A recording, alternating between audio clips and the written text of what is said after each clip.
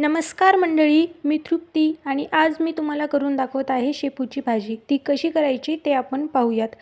लसूणच्या 7-8 पाकळ्या आणि 7-8 मिरची मी इथे घेतलेली होती. मिरची तुम्ही तुमच्या आकाराने कमी जास्त करू शकता.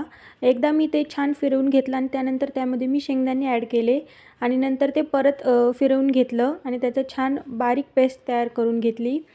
त्यानंतर इथे मी स्वच्छ वॉश करून शेपूची भाजी घेतली आणि त्याचे जे जाडसर देठ होते फक्त तेच काढत आहे.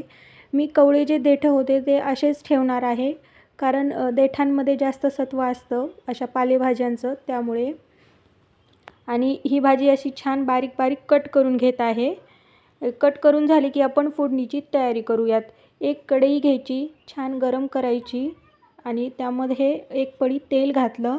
त्यानंतर मोहरी घातली आणि मोहरी छान तडतडली की त्यामध्ये आपण आत्ता तयार केलेली पेस्ट घालूयात, मिरचीची, लसूणची आणि शेंगदाण्याची.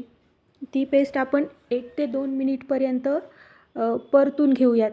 ती छान परतणं झाली की आपण कट करून घेतलेली शेपूची भाजी त्यामध्ये ॲड करूयात. ही भाजी शिजायला फार वेळ लागत नाही आणि ती भाजी छान आपण आलटी पलटी करून परतून घेऊयात. बरेच असे लोक आहेत ज्यांना पालेभाज्या आवडत नाहीत, पण अशा पद्धतीने तुम्ही एकदा ही भाजी करून पहा, तुम्हाला नक्की आवडेल. ही भाजी शिजून कमी होते, तर ती कमी होईपर्यंत आपण आलटीपलटी करत राहणार आहोत आणि त्यानंतर त्यामध्ये आपण मीठ आणि हळद घालून घेणार आहोत. भाजी खूप अति शिजवायची नाही आहे, कारण ही अशी थोडीशी ग्रीन दिसली पाहिजे, नाहीतर मग त्याची टेस्ट बदलते.